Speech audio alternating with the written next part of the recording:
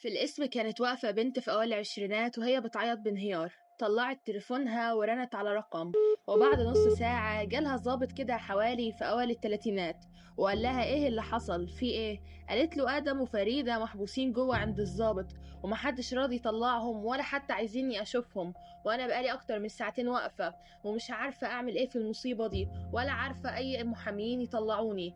بيرد عليها الظابط وبيقول لها اصبري وأنا هحاول أطلعهم إن شاء الله. اتفضل. باشا عامل ايه انت؟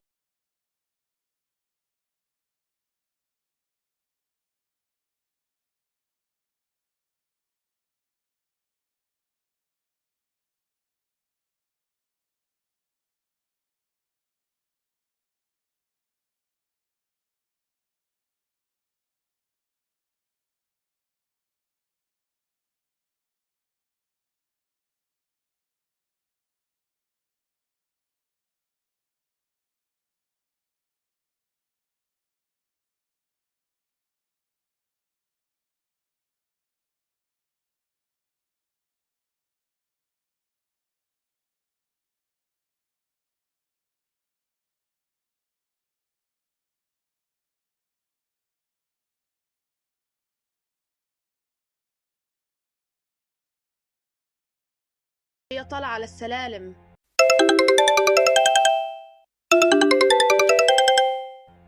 عن اذنك بس.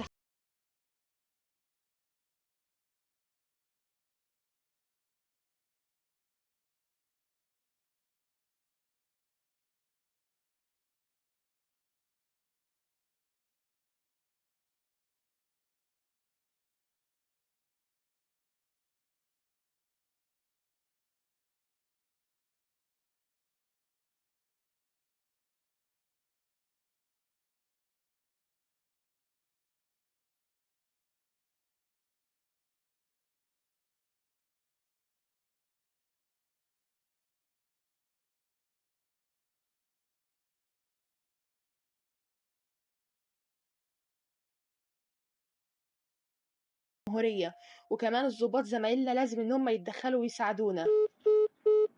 في ايه اللي حصل؟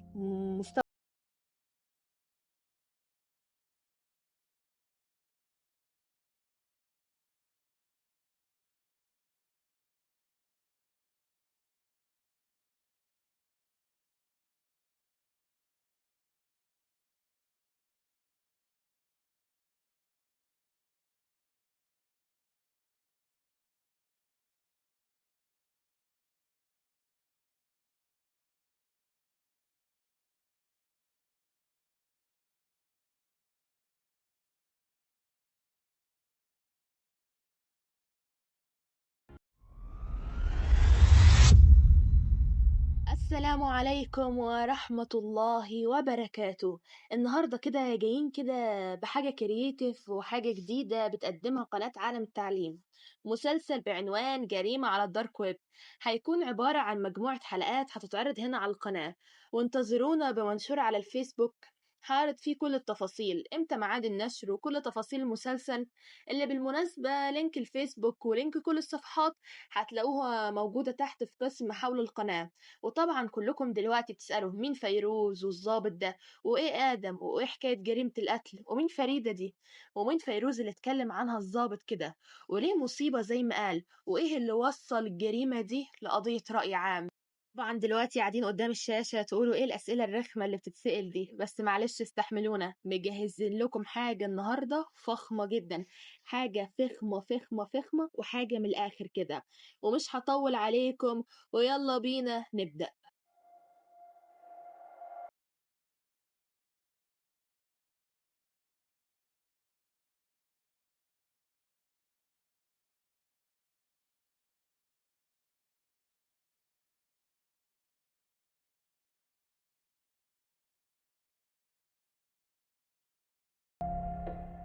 كنت قاعدة برا قدام مكتب الضابط وسندت راسي على الحيطة بعد ما سمعت كل كلامه، وإن الموضوع اتقلب موضوع رأي عام، وحسيت إن كل حياتي باظت وكل مستقبلي راح. سندت راسي على الحيطة ورا وبدأت إن أنا أرجع بالذكريات ليوم ولادة فريدة في المستشفى لما كان عندي 12 سنة في قسم النساء والولادة.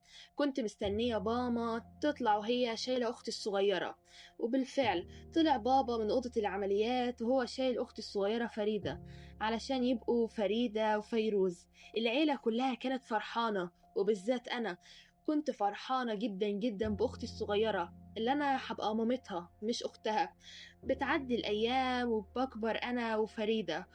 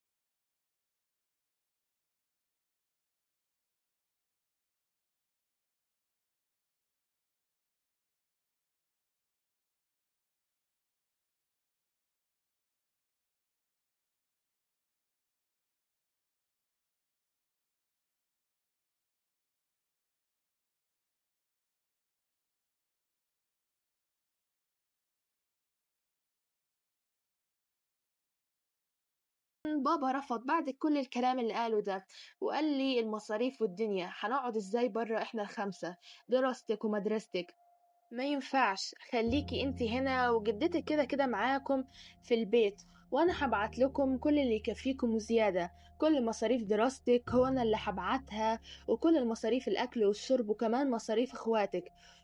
من ناحية الأكل والشرب والتعليم ما تقلقيش، بس بشرط إنك تهتمي بدراستك وبإخواتك اللي لسه، آدم اللي هو عنده 6 شهور وفريدة اللي عندها 3 سنين ونص، وإن جدتها الحمد لله إلى حد ما صحتها كويسة.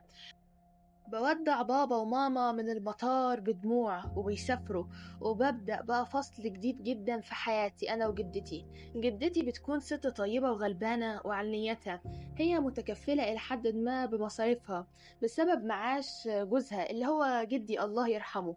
لكني بلاحظ حاجة صراحة غريبة خلال الفترة دي، إن عمته بدأت زياراتها تتكرر عندنا، وبدأت إن هي تسأل على تيتا عكس ما كان بابا موجود، وبدأت تبقى حنينة. بالعكس بدل ما أكون أنا قلقانة بدأت بصراحة أفرح.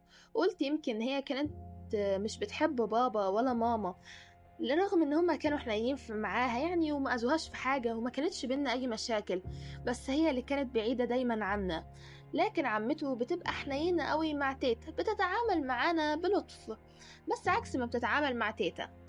بدأت إن أنا أتعامل معاهم بلطف، يعني رغم مش متعودة عليهم بصراحة عشان ما بقاش برضو بنافق، مش بحبها بصراحة للدرجة، لأن احنا كنا بعيد عن بعض طول الفترة دي.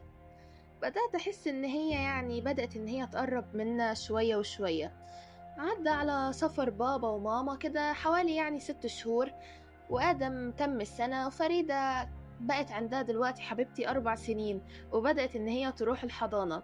ارتحت شوية طبعا من مسؤوليتهم، ومسؤولية فريدة ريحتني لما بدأت تروح الحضانة.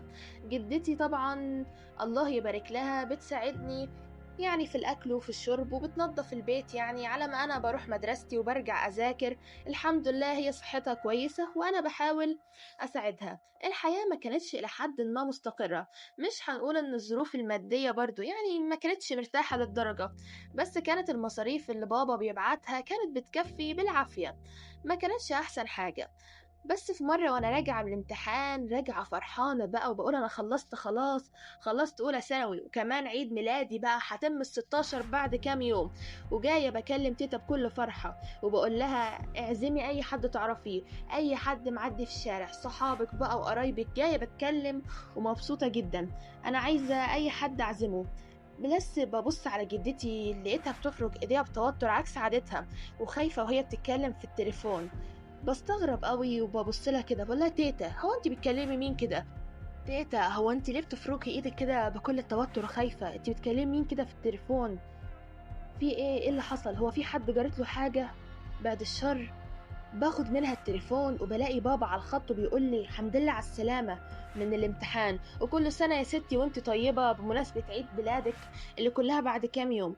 على العموم الحمد لله ان انت جيتي، انا حبيت ابلغك بخبر، وكنت هخلي جدتك تبلغك بيه، وشوفي بقى الدنيا عاملة معاكي ايه. بصي يا ستي، واحد من قرايبنا انت عارفاه كويس قوي، باباه يبقى ابن عمي متقدم لك، هو حالته المادية مرتاحة وكويس قوي، ولد عريس لقطة ما يترفضش بالمعنى كده الصحيح واللي الكل بيقوله. بصراحة اتصدمت وانا بقول لبابا بس أنا لسه صغيرة وعندي حلم، وكمان الامتحانات كانت سهلة جدا، وان شاء الله يا بابا بإذن الله هطلع الأولى زي الترم الأول. بابا بيقعد يقنع فيها شوية هو ماما، وبيقول ان الولد ما يترفضش، وكمان هيسيبها يكمل تعليمها. بصراحة برفض، لاني معرفوش قوي، انا كل معرفتي بيه ان هو معرفة سطحية كده، واحد من قرايبنا. تاني يوم بقعد كده مع صاحبتي وبحكي لها، بس هي لقيتها بتقولي انا عارفاه كويس قوي، ده ابن خالتي، ونصيحة نصيحة مني علشان أنا بحبك، بلاش بلاش بلاش، أنا بعتبرك زي أختي، أنا ما عنديش إخوات بنات يا فيروز، وإنتي زي أختي، فبلاش إنك تتجوزيه لأنه من الآخر كده شاب مش كويس. وبصراحة يا فيروز وإنتي مش غريبة، وإحنا متعودين على بعض، هو من النوع اللي في طريق الممنوعات وطريق البنات، بلاش يا فيروز أرجوكي هتتعبي. برجع البيت كده وبحكي مع تيتا، وتيتا بتقولي والله يا بنتي أنا مش بإيدي حاجة، انتي حرة انتي وباباكي، أنا ماليش دعوة ومش عارفة أقف قدامه. بقول لها طب ده ابنك، انتي حاولي تقنعيه وهو بيسمع كلامك يا تيتا. بتقتنع شوية بكلامي وبتقولي خلاص يا فيروز أنا هكلمه، اصبري بس يا بنتي لما يرن عليا. وبالفعل بابا بيرن عليها وتيتا بتتكلم معاه، لكنه بيرفض، وانا طبعا قاعدة قلبي بيتعصر من الحزن، ازاي ده ابويا؟ وقال لها انا ما عنديش بنات تقعد وانا في الغربة من غير راجل يا امي، انتي مش عارفة اي حاجة، لازم يكون معاكم راجل، هو هياخدكم تعيشوا معاه وهياخد لكم بيت كبير، وهياخد لك يا امي شقة. تيتا بترفض بصراحة، وبتقول له لسه البنت صغيرة حرام عليك، ومتفوقة في دراستها، حرام عليك انت كده بتضيع لها مستقبلها. بابا بيقول لها طب اديني فيروز اكلمها، بيكلمني وبيقول لي الراجل جاي يوم الخميس، اقعدي معاه كده وافردي وشك، جاي هو والعيلة، وانا هكون معاكم على الخط. وبالفعل بيجي يوم الخميس بالليل، والعريس الغفلة وأهله بيجوا يخبطوا على الباب، وتيتا بتفتح الباب وهي مكشرة بالمعنى البلدي كده، بتقول لهم احنا ما عندناش بنات للجواز. العريس وأهله بيدخلوا بكل برود وما بيعبروش حتى تيتا كده من الآخر. بدخل أنا وحتى ما بقدم لهمش أي حاجة يشربوها. بصراحة هي مش قلة ذوق مني، ولكن دليل على رفضي الشديد جدا. بيدخل والدي في الاتصال وبيرن عليا، وبيقول في القعدة إن فيروز موافقة وإن الجوازة إن شاء الله هتتم على خير، ولكن أنا باقول إن أنا مش موافقة وإن أنا عايزة أكلم تعليمي رغم رفض بابا الشديد جدًا وزعائه في التليفون، وقال إن أنتِ هتتجوزيه غصبٍ عنِك، والعريس كمان قال لي عريس الغفلة قال لي إن هو مش هيسيبني وهيوريني. بصراحة باطرده من البيت وباقول له اطلع برّه، أنا ما عنديش أي بنات للجواز. بابا بيقول لي إن هو مش هيبعت لي أي جنيه تاني، وابقى أشوف بقى مين هيصرف عليا طالما أنا رافضة وكسرت كلمته. والله أعلم بقى بأخلاق. طبعا أنا اتصدمت إزاي يقول كلمة زي دي، بس صدمتي ما طولتش كتير. تاني يوم نزلت الصبح بدري علشان خاطر أجيب لتيتا علاجها، وقابلت جارة من جيراننا اللي في الشارع، ولقيتها طبعا بتبصلي من فوق لتحت. استغربت ورحت لها، قلت لها هو في ايه، هو انت بتبصي لي ليه كده؟ جت جارتي التانية اللي طبطبت عليا، هي ست طيوبة كده وعسولة قوي، وقالت لي تعالي يا بنتي اقعدي، عمتك بتقول عليكي كلام مش كويس وبتقول ان انت معلش ماشيك مش احسن حاجة، مش عايزة اوضح برضو علشان خاطر الفيديو. قلت لها انا مستحيل، انا مش بعمل حاجة غلط، انا من مدرستي للبيت ومن البيت لمدرستي، وعمري في حياتي ما عملت حاجة غلط وانتم شاهدين على اخلاقي هنا. سبتهم ورحت الصيدلية جبت علاج لتيتا ورجعت. حكيت لتيتا وهي صراحة اتعصبت واتصلت بعمتي بهدلتها وتقول لها ما عدتيش تدخلي هنا البيت طالما بتجيبي في سيرة بنت اخوكي بالاسلوب ده وتتكلمي عليها كلام وحش. بعد اسبوع من الاحداث اللي حصلت دي، وطبعا ومن سوء حظي ان احنا كنا في اخر الشهر، وبابا طبعا نفذ تهديده ليا ومرضاش يبعت اي فلوس، اضطريت انا فيروز البنت المدلعة ان انا انزل وادور على شغل. بالفعل لقيت شغل كده في محل بمرتب بسيط، ومرتبي على معاش جدتي هيكفي احتياجاتنا الى حد ما، اهو يقضونا حتى لاخر الشهر. رغم مضايقات عمتي وكل اللي حواليا ومضايقات عريس الغفلة، عدى شهر في التاني وفي التالت وبدأت الدراسة والدروس والمدارس. بقيت بحاول ان انا اوزن بين شغلي وبين دراستي. في يوم كده وانا راجعة من شغلي، كانت حوالي الساعة 9:30 بالليل، وكنت راجعة